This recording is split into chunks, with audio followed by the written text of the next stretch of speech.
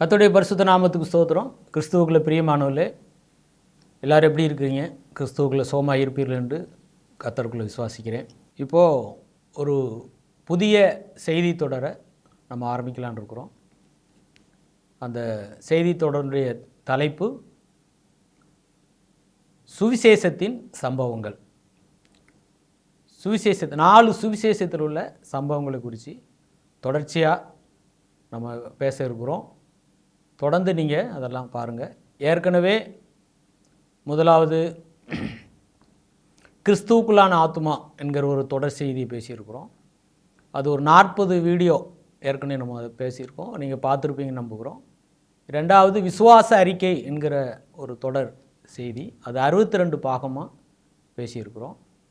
மூன்றாவதாக தேவனுடைய ராஜ்யம் என்கிற தலைப்பில் அது ஒரு 21 செய்திகள் இப்படி ஏற்கனவே நம்ம பதிவு செய்திருக்கிறோம். நீங்கள் அதை பார்த்துருப்பீங்க. பார்க்காவிட்டால் நீங்கள் அதை நம்முடைய லிங்கில் யூடியூப்பில் சப்ஸ்கிரைப் பண்ணிங்கன்னா அதை நீங்கள் பார்த்துக்கலாம். இப்போது 4வதாக சுவிசேஷத்தின் சம்பவங்கள் என்கிற ஒரு தொடர் செய்தியை நம்ம பேச இருக்கிறோம். இந்த சுவிசேஷத்தின் சம்பவங்கள் அப்படின்றதில் தொடர் செய்தி நீங்கள் அதை பாருங்கள். சுவிசேஷத்தில் உள்ள ஒவ்வொரு சம்பவங்களுக்கும் நம்ம அதில் உள்ள சில ஆவிக்குரிய கருத்துக்களை தியானித்து நம்முடைய தனிப்பட்ட வாழ்க்கைக்கு பிரயோஜனமானதை நம்ம அதில் எடுத்துக்கொள்கிறோம். ஜெபம் பண்ணுவோம். நல்ல பிதாவே, நன்றியோடு துதிக்கிறோம். சுவிசேஷத்தின் சம்பவங்கள் என்கிற இந்த 4வது பகுதியை நீர் பொறுப்படுத்திக்கொள்ளும். நீர் ஆசீர்வாதமாக நடத்தி தாரும். பார்க்கிற கேட்கிற யாவர் மேலும் தேவனுடைய இரக்கமும் கிருபையும் தங்கியிருக்கட்டும். இந்த செய்திகளெல்லாம் நீர் ஆசீர்வதியும். நீர் வசனத்தின் வாசல்களை திறந்து கொடுத்து கர்த்தாவே வான மன்னாவினால் எங்களை போஷிக்கும்படியாக நாங்கள் வேண்டுகிறோம். எல்லாவற்றையும் உங்களுடைய கரங்களை அர்ப்பணிக்கிறோம். நடத்துங்க, பொறுப்படுத்திக்கொள்ளுங்க, ஆசீர்வதிங்கப்பா. இயேசு கிறிஸ்துவின் நாமத்தில் ஜெபிக்கிறோம் நல்ல பிதாவே, ஆமென், ஆமென், ஆமென். சுவிசேஷத்தின் சம்பவங்களில் இன்றைக்கு நம்ம பார்க்க இருப்பது முதலாவது செய்தி, விதைக்கிறவனை பற்றிய ஓமை. நம்ம எல்லாருக்கும் தெரிஞ்ச ஒரு சம்பவம் தான் விதைக்கிறவனை பற்றிய ஓமை. மத்தேயு சுவிசேஷம் 13வது அதிகாரத்தில் இயேசு கிறிஸ்து சொன்ன ஒரு காரியத்தை நம்ம பார்க்க இருக்கிறோம். 13ஆம் அதிகாரம், மத்தேயு 13ஆம் அதிகாரம் 3வது வசனத்திலிருந்து நான் வாசிக்கிறேன். அவர் அநேக விசேஷங்களை ஓமைகளாக அவர்களுக்கு சொன்னார். கேளுங்கள், விதைக்கிறவன் ஒருவன் விதைக்க புறப்பட்டான். அவன் விதைக்கையில் சில விதை வழியருகே விழுந்தது. பறவைகள் வந்து அதை பட்சித்து போட்டது. சில விதை அதிக மண்ணில்லாத கற்பாறை இடங்களில் விழுந்தது. மண் ஆழமாய் இராததினால் அது சீக்கிரமாய் முளைத்தது. வெயில் ஏறின போதோ தீந்து போய் வேறு இல்லாமையால் உலர்ந்து போயிற்று. சில விதை முள்ளுள்ள இடங்களில் விழுந்தது. முள் வளர்ந்து அதை நெருக்கி போட்டது. சில விதையோ நல்ல நிலத்தில் விழுந்து சிலது 100ஆகவும் சிலது 60ஆகவும் சிலது 30ஆகவும் பலன் தந்தது. கேட்கறதுக்கு காதுள்ளவன் கேட்க கடவன் என்றார். மத்தேயு 13ஆம் அதிகாரம் 18 இயேசு கிறிஸ்து இந்த ஓமைக்கு அவரே ஒரு விளக்கத்தை கொடுக்கிறார். 18 வாசிக்கிறேன். ஆகையால் விதைக்கிறவனை பற்றிய ஓமை கேளுங்கள். ஒருவன் ராஜ்யத்தின் வசனத்தை கேட்டும் உணராதிருக்கும்போது பொல்லாங்கன் வந்து அவன் இருதயத்தில் விதைக்கப்பட்டதை பறித்து கொள்ளுகிறான். அவனே வழியருகே விதைக்கப்பட்டவன். கற்பாறை இடங்களில் விதைக்கப்பட்டவன் வசனத்தை கேட்டு உடனே அதை சந்தோஷத்தோடு ஏற்றுக்கொள்ளுகிறான். ஆகிலும் தனக்குள்ளே வேறில்லாதவனாய் கொஞ்ச காலம் மாத்திரம் நிலைத்திருப்பான். வசனத்து நிமித்தம் உபத்திரவும் துன்பம் உண்டான உடனே இடரலடைவான். முள்ளுள்ள இடங்களில் விதைக்கப்பட்டவன் வசனத்தை கேட்கிறவனாயிருந்தும் உலக கவலையும் ஐஸ்வர்யத்தின் மயக்கமும் வசனத்தை நெருக்கி போடுகிறனால் அவனும் பலனற்று போகிறான். நல்ல நிலத்தில் விதைக்கப்பட்டவனோ வசனத்தை கேட்கிறவனும் உணர்கிறவனுமாயிருந்து 100ஆகவும் 60ஆகவும் 30ஆகவும் பலன் தருகிறான் என்றார்.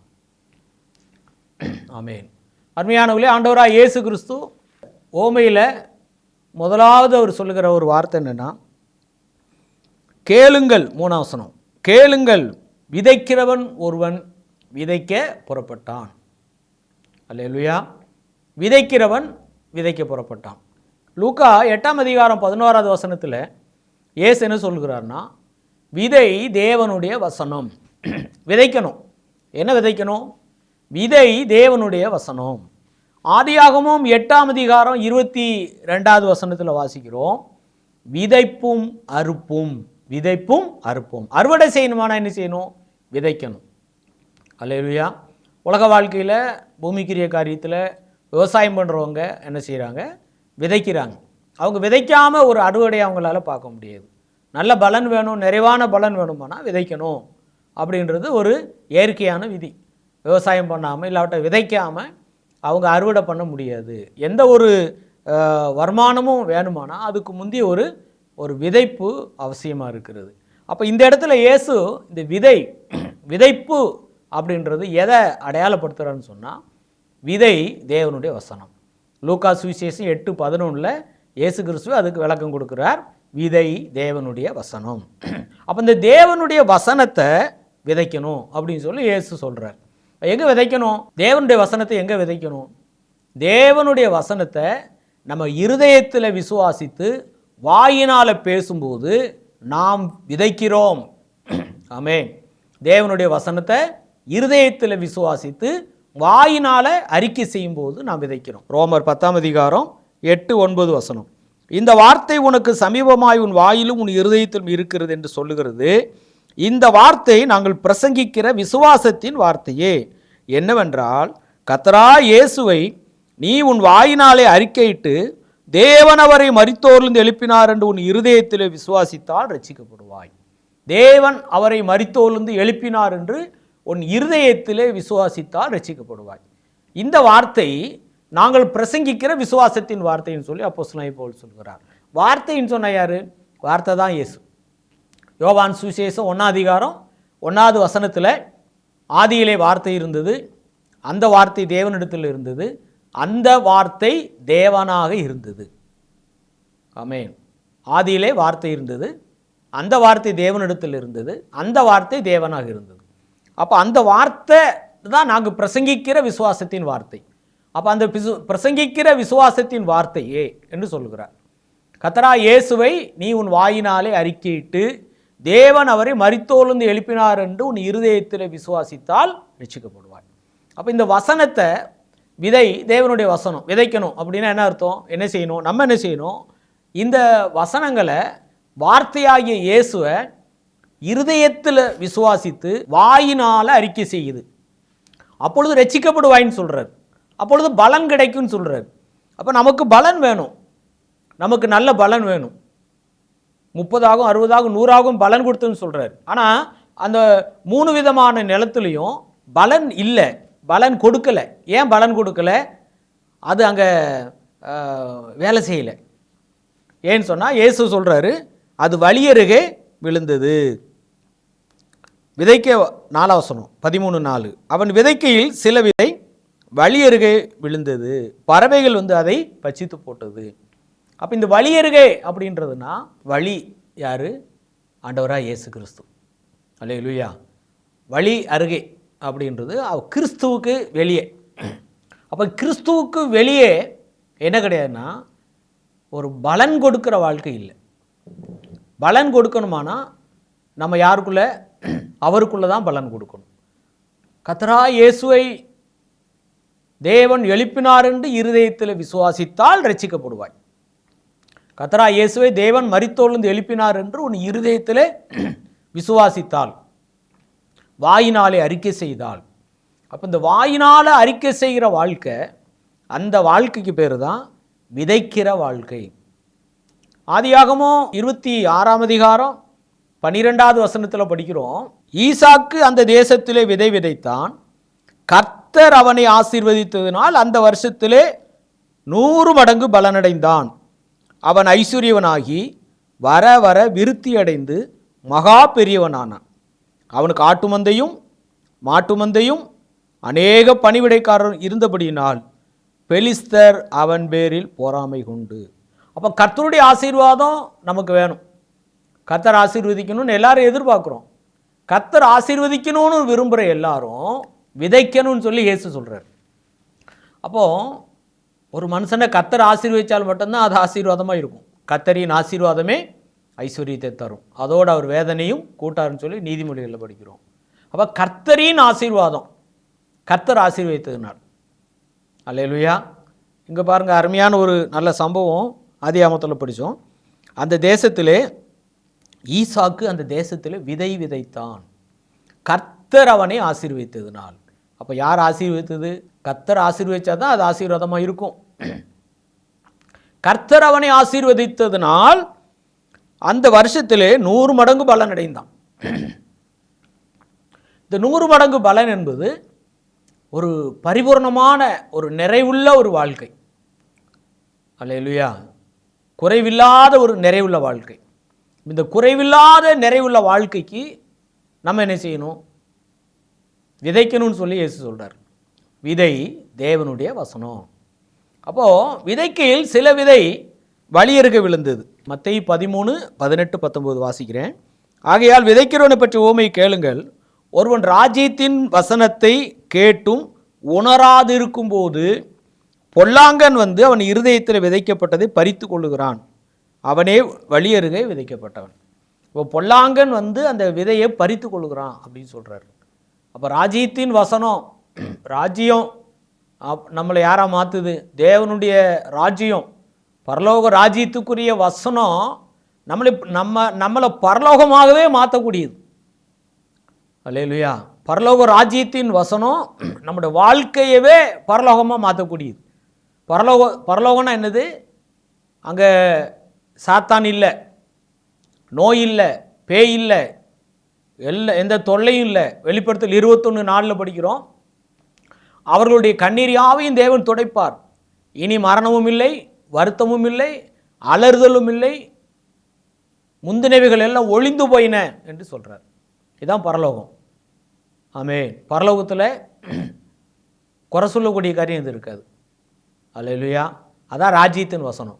நம்ம வாழ்க்கையை அப்படி மாற்றணும், அதைத்தான் அவருடைய குறிக்கோள். ஏன்னு சொன்னால் ஏதேன் தோட்டத்தில், நீங்கள் ஏதேன் தோட்டத்தில் பாருங்கள், மனுஷன் விழுந்து போருக்கு முந்தி ஆதியாகமம் 3:8 பகலிலே குளிர்ச்சியான வேளையிலே தேவனாய் கர்த்தருடைய சத்தத்தை அவர்கள் கேட்டார்கள். அப்போ கர்த்தருடைய சத்தம் அவங்க காதில் விழுது. அல்லேலூயா. கர்த்தருடைய முகத்தை அவங்க நேரடியாக பார்க்குறாங்க. ஒரு குறிப்பிட்ட நாளில் தான் அவங்க சாத்தானுடைய வஞ்சனையினால் வஞ்சிக்கப்பட்டு தோட்டத்திலிருந்து அப்படியே விலகி போய் ஒளிந்து கொண்டேன்னு சொல்கிறாங்க.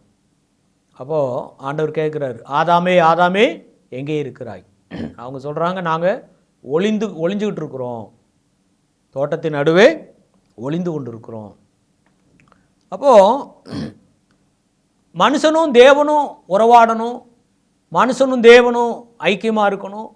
அந்த ஐக்கியம், அந்த உறவு, இதெல்லாம் மீண்டும் மனுஷ வாழ்க்கைக்கு வரணும். இதை தேவன் எப்படி கொண்டு வர்றாருன்னா வசனத்தின் மூலமாக கொண்டு வர்றார்.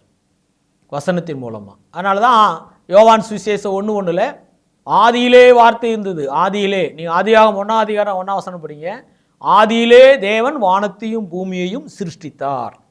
பூமியானது ஒழுங்கின்மை வெறுமையுமாய் இருந்தது, ஆழத்தின் மேல் இருள் இருந்தது, தேவாவியானவர் ஜலத்தின் மேல் அசைவாடி கொண்டு இருந்தார். அப்பொழுது அங்கே அதுக்கப்புறம் தான் கர்த்தர் பேசுகிறார், வெளிச்சம் உண்டாக கடவுது.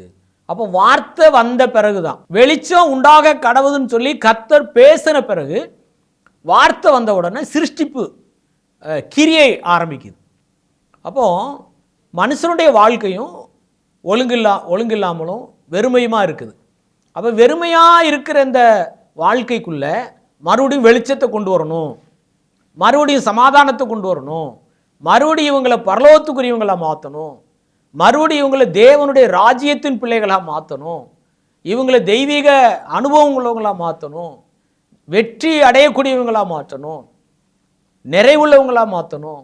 ஈசாக்கு விதை விதைத்தான், கர்த்தர் அவனை ஆசீர்வதித்ததினால் பரிபூரணம் 100 மடங்குன்றது என்னதுன்னா, எனக்கு ஒரு குறைவு இல்லைன்னு சொல்கிற அளவுக்கு. தாவீது 23ஆம் சங்கீதத்தில் சொல்கிறார் இல்லையா, என் பாத்திரம் நிரம்பி வழிகிறது. அவர் குறை சொல்லலை, எனக்கு இவ்வளோ தான் இருக்குது அப்படிலாம் சொல்லலை. என் பாத்திரம் நிரம்பி வழிகிறது, ஒரு பரிபூரணம். ஒரு சம்பூர்ணமான ஒரு வாழ்க்கை. இதை ஆண்டவர் மறுபடியும் நமக்கு தர விரும்புகிறார். அதுக்காக அவர் என்ன பண்ணுறாருன்னா வசனத்தை விதைக்கிறார். அப்போ இங்கே விதைக்கப்படுகிற காரியம் என்னன்னு சொன்னால் வசனம். இதுக்கு விளக்கம் இயேசு தான் சொல்லியிருக்கார். லூக்கா 8:11 அவர் நல்ல விவரமாக சொல்லியிருக்கு. விதை தேவனுடைய வசனம். இந்த தேவனுடைய வசனத்தை விதைக்கப்படும் போது சிலர் அதை என்ன செய்யறதில்ல. இயேசு என்ன சொல்றாரு பாருங்க, மத்தேயு 13:19 ஒருவன் ராஜ்யத்தின் வசனத்தை கேட்டும் உணராதிருக்கும் போது பொல்லாங்கன் அவன் இருதயத்தில் விதைக்கப்பட்டதை பறித்து கொள்ளுகிறான். இவனே வழியருகே விதைக்கப்பட்டவன். வழியருகே விதைக்கப்பட்டவன். சாத்தான் வாழ்க்கையில் உள்ள பூந்து வேலை செய்கிறான். அதனால தான் பிசாசுக்கு என்ன செய்யாதீங்க, இடக்கூடாதுன்னு சொல்கிறார். எப்போவுமே தேவன் முதலாவது பேசுவார். ரெண்டாவது தான் சாத்தான் தேவன் பேசுனதை அப்படி இல்லை இப்படின்னு சொல்லி கொலைப்பு விடுறதுக்காக வருவோம். அப்போ முதலாவது தேவன் பேசும்போது நம்ம அதை அப்படியே என்ன செய்யணும்னா விசுவாசிக்கணும், அதை ஏற்றுக்கொள்ளணும். தேவன் சொன்னதை நம்ம சந்தேகப்படுற மாதிரி சாத்தான் பேசுவோம். ஆதியாகமம் 3ஆம் அதிகாரத்தில் தேவன் அப்படி சொன்னது உண்டோ, இந்த கனியை நீங்கள் சாப்பிடக்கூடாதுன்னு சொல்லி தேவன் சொல்லியிருக்காரோ, சொன்னது உண்டோ அப்படின்னு அவன் சொல்கிறான். ஏற்கனவே சொல்லியிருக்காரு, இந்த கனியை புசித்தால் விருட்சத்தின் கனியை புசித்தால் சாகவே சாவீர்னு சொல்லிட்டார். அவன் என்ன சொல்கிறான், ஒரு சந்தேகத்தை, தேவன் சொன்னது உண்டோ. அப்போ சாத்தான் தேவன் சொன்னதை சாத்தான் சந்தேகப்பட வைக்கிறான். அப்போது தேவனுடைய வசனம் நம்முடைய இருதயத்துக்குள்ளே நம்ம என்ன செய்யணும், கேட்டு அதை உணரணும். அந்த உணர்தல் அப்படின்றது எப்படின்னா தொடுதல். இந்த உணர்தல் தான் தொடுதல். நம்ம ஒரு நபரை தொடும்போது நம்ம அதை உணர்றோம். என்னை ஒரு நபர் இப்படி கையில் தொட்டாங்கன்னா, இல்லை தோளில் கை வச்சாங்கன்னா நம்ம அதை என்ன செய்கிறோம், உணர்றோம், ஃபீல் பண்ணுறோம். இந்த உணர்வு வசனத்தின் மூலம் நமக்கு உள்ளத்துக்குள்ளே கிடைக்குது. அப்போ தேவனுடைய வசனம் நம்ம கேட்கும்போது நம்முடைய உள்ளம் தொடப்படுதுன்னு வச்சுக்கோங்களேன், அதான் உணர்கிற ஒரு வாழ்க்கை. அப்போ கிறிஸ்துவ வாழ்க்கையில் முதலாவது என்னன்னா உணர்தல். வசனத்தை கேட்கும்போது உணரணும். ரெண்டாவது அந்த வசனத்தை விசுவாசிக்கணும். உணரணும், அப்புறம் விசுவாசிக்கணும். மூணாவது விசுவாசித்து அந்த வார்த்தையை பேசணும். இதுதான் விதைக்கிறது. விதைப்பும் அறுப்பும். அறுக்கணுமானா என்ன செய்யணும், விதைக்கணும். அல்லேலூயா. நம்ம தோட்டத்தில் நம்ம தக்காளி அறுவடை செய்யணுமானா என்ன செய்யணும், தக்காளியை விதைக்கணும். ஏற்கனவே விதைச்சிருந்தா தான் நம்ம அறுவடை செய்ய முடியும். விதைக்காதது எப்படி அறுவடை செய்ய முடியும்? அப்போது விதை தேவனுடைய வசனம். இந்த வசனத்தை கேட்டும் உணராது இருக்கும்போது சாத்தான் எடுத்து போடுகிறான். அப்போ அந்த வசனத்தை கேட்கும்போது இது தேவனுடைய வசனம்னு சொல்லி நம்ம உள்ளத்துக்குள்ளே ஏற்றுக்கொள்ளும் போது தான் அந்த வசனம் நமக்குள்ளே வேலை செய்ய ஆரம்பிக்குது. ரெண்டாவது என்ன சொல்கிறாருன்னா, கற்பாறையான இடத்தில் விதைக்கப்பட்டவங்க. இந்த கற்பாறையான ஒரு இடத்தில் விதைக்கப்பட்டவங்களை பற்றி அவர் என்ன சொல்கிறாருன்னா, 21ஆம் வசனம் வாசிக்கிறேன். ஆயிலும் தனக்குள்ளே வேறில்லாதவனாய் கொஞ்ச காலம் மாத்திரம் நிலைத்திருப்பான். தனக்குள்ளே வேறு கொள்ளலை. அப்போ அந்த வசனத்தை உள்வாங்கி இது தேவனுடைய வசனம், இது ஆண்டவர் எனக்கு பேசின வார்த்தை அப்படின்னு சொல்லி அதை உள்வாங்கி அதில் வேறு கொள்ளணும். ஒரு செடி நம்ம நடும்போது அந்த செடி வேறு கொள்ளணுமானா என்ன செய்வோம், அதை பராமரிக்கணும். சும்மா விதைச்சி விட்டுட்டு அப்படியே நம்ம பேசாமல் இருந்துட்டா அது வேறு விடாது. அது வேறு கொள்ளணுமானா அதை பராமரிக்கணும். ஒரு செடி பசுமையாக இருக்குன்னா என்ன காரணம், வேறு நல்லா போயிருக்குன்னு அர்த்தம். அல்லேலூயா. வெளியே தெரியுது பசுமை, மறைவானது என்னது, வேறு. அப்போ இந்த மறைவானது, அப்போ தேவனோடு உள்ள தனிப்பட்ட உறவு தான் நம்முடைய வெளிப்பிரகாரமான வாழ்க்கையை பசுமையாக மாற்றுது. வேறு இல்லைன்னு சொல்கிறார் இயேசு. அப்படின்னா என்ன அர்த்தம், தேவனோடு தொடர்பு அவன் என்ன செய்யலை, வளர்த்து கொள்ளலை. தேவனோடு உள்ள ஐக்கியத்தை வளர்த்து கொள்ளாதவன் அதான் வேறு இல்லாதவன். ஆரம்பத்தில் ஆக ஓகோன்னு சொல்லி நல்ல தலையெல்லாம் ஆட்டுவாங்க, ஒப்பு கொடுத்தது போல் ஒப்பு கொடுப்பாங்க, வர்றது போல் வருவாங்க. ஆனால் வேறு இல்லை. வேர் இல்லைன்னா என்ன அர்த்தம்? இயேசுவோடு உள்ள தொடர்பை வளர்த்து கொள்ளலை. வேர் எங்கே விடணும்? நீங்கள் செடிகளை கவனித்து பாருங்கள். வேர் எங்கே போகுது? அந்த வேர் என்ன செய்யுது? தண்ணி எங்கே இருக்கோ அந்த இடத்த தேடி என்ன செய்யும்? போய் அப்படியே அந்த தண்ணியை உறிஞ்சி அந்த செடியை, வெளிப்பிரகாரமான செடியை காணக்கூடிய, நம்ம ரோட்டில் பார்க்குறோம், வீடுகளை வைக்கிறோம், அந்த செடியெல்லாம் பசுமையாக இருக்குன்னா என்ன காரணம்? அது வேர் கொண்டு இருக்குன்னு அர்த்தம். அப்போ காணக்கூடிய ஒரு வாழ்க்கை இருக்கு இல்லையா? நம்ம வெளிப்பிரகாரமாக ஒரு காஞ்சி போன வாழ்க்கையில் ஒரு நிறைவான பசுமையான ஒரு வாழ்க்கை வாழணுமானா, பலன் அடையணுமானா 100 மடங்கு பலன் தான் அப்படின்னு சொல்கிறார். ஈசாக்கு விதை விதைத்தான், கர்த்தர் அவனை ஆசீர்வதித்ததினால் அந்த வருஷத்தில் அவன் 100 மடங்கு பலன் அடைந்தான்னு சொல்கிறார். அப்போ இந்த 100 மடங்கு அவன் பலன் அடையணுமானா, அந்த பரிபூர்ணமான வாழ்க்கை அடையணுமானா வேறு கொள்ளணும். இப்போ வேறு கொள்ளணும்னா என்ன அர்த்தம்? மறைவானது. வேறு கொள்வது மறைவானது, வெளியே தெரியாது. கனி கொடுக்கறது வெளியே தெரியும். அப்போ வெளியே மற்றவங்க நம்மளை பார்க்கக்கூடிய ஒரு வாழ்க்கை. வேறு கொள்வது தேவனோடு உள்ள தனிப்பட்ட தொடர்பு, வேறு கொள்கிற வாழ்க்கை. மூன்றாவதாக இயேசு என்ன சொல்கிறாருன்னா, முள்ளுள்ள இடங்கள் சொல்கிறார். 22ஆம் வசனம், முள்ளுள்ள இடங்களில் விதைக்கப்பட்டவன் வசனத்தை கேட்கிறவனாயிருந்தும் உலக கவலையும் ஐஸ்வர்யத்தின் மயக்கமும் வசனத்தை நெருக்கி போடுதுன்னு சொல்கிறார். இந்த வசனம் ஜீவன் உள்ளது, இது வாழ வைக்கக்கூடியது, இது பரிபூர்ணமான ஒரு வாழ்க்கைக்கு நம்மளுக்கு கொண்டு வரக்கூடியது. அப்போ நெருக்கி போடுறது எதை நெருக்கி போடுதான்? வசனத்தை நெருக்கி போடுது. வசனத்தை வேலை செய்ய விடாமல் செய்கிறது என்னதுன்னா உலக கவலையும் ஐஸ்வர்யத்தின் மயக்கம். இந்த உலக கவலை ஐஸ்வர்யத்தின் மயக்கம் நம்ம எதை எடுத்துக்கொள்ளலான்னு சொன்னால், அவங்களுக்கு கர்த்தருடைய ஆசீர்வாதத்தை அனுபவிக்கணும் அப்படின்னு அவங்க நினைக்கல. அவங்க இந்த உலக பிரகாரமாக இல்லாவிட்ட எல்லா மனுஷரும் போல் மற்றவங்கள ஃபாலோ பண்ணுறாங்க. அவங்கள போல் ஆகணும், இவங்கள போல் ஆகணும். அவங்களுக்கு குறிக்கோள் இந்த உலக வாழ்க்கையில் மற்றவங்கள போல் ரொம்ப பெரிய ஆளாகணும் அப்படின்ற ஒரு எண்ணம் மட்டும்தான். பவுல் சொல்கிறாள், இம்மைக்காக மாத்திரம் 1 கொரிந்தியர் 15:19 இம்மைக்காக மாத்திரம் கிறிஸ்துவின் மேல் நம்பிக்கையாக இருக்கிற வாழ்க்கை, இந்த உலக வாழ்க்கைக்காக மாத்திரம். ஐஸ்வர்யத்தின் மயக்கம். அப்போ இந்த ஐஸ்வர்யத்தின் மயக்கம், உலக கவலை என்ன பண்ணுதுன்னா வசனத்தை நெருக்குது. ஏன்னா வசனம்தான் பலன் கொடுக்கக்கூடியது. இந்த வசனத்தையே வேலை செய்ய விடாமல் அது என்ன செய்யுன்னா போட்டு அமுக்கி வச்சிரு. 100 மடங்கு அவன் பலன் கொடுத்தான், 100 மடங்கு பலன் அடைந்தான். ஈசாக்கு விதை விதைத்தான், கர்த்தர் அவனை ஆசீர்வதித்ததினால். அப்போ கர்த்தரால் மட்டும்தான் ஒரு மனுஷனை ஆசீர்வதிக்க முடியும். ஆசீர்வாதம் கர்த்தரால் மட்டும்தான் வரணும். அதான் நல்ல வாழ்க்கை. அல்லேலூயா. கர்த்தரின் ஆசீர்வாதமே ஐஸ்வர்யத்தை தரும். அதில் வேதனை இருக்கான்னு சொல்லி நீதிமொழிகளில் படிக்கிறோம். அப்போ கர்த்தரின் ஆசீர்வாதத்தை நம்ம அனுபவிக்கணும். ஆமென். தாவீது சொல்கிறார் இல்லையா, நன்மையும் கிருபையும் என்னை தொடரும், என் பாத்திரம் நிரம்பி வழிகிறது, என் தலை என்னையால் அபிஷேகம் பண்ணுகிறார், அதனால என் பாத்திரம் நிரம்பி வழிகிறது. அப்போ அபிஷேகம் இவரே பண்ணிக்கல, கர்த்தர் என்னை அபிஷேகம் பண்ணுகிறார். அப்போ ஒரு மனுஷனை யார் ஆசீர்வதிக்கணும்? கர்த்தர் ஆசீர்வதிக்கணும். நம்மளை கர்த்தர் ஆசீர்வதிக்கணும். கர்த்தரால் ஆசீர்வதிக்கப்பட்டவங்களா இந்த பூமியில் நம்ம வாழணும். அல்லேலூயா. கர்த்தரால் ஆசீர்வதிக்கப்பட்ட வாழ்க்கை வேணுமானா விதைக்கணும். விதைப்பும் அறுப்போம்.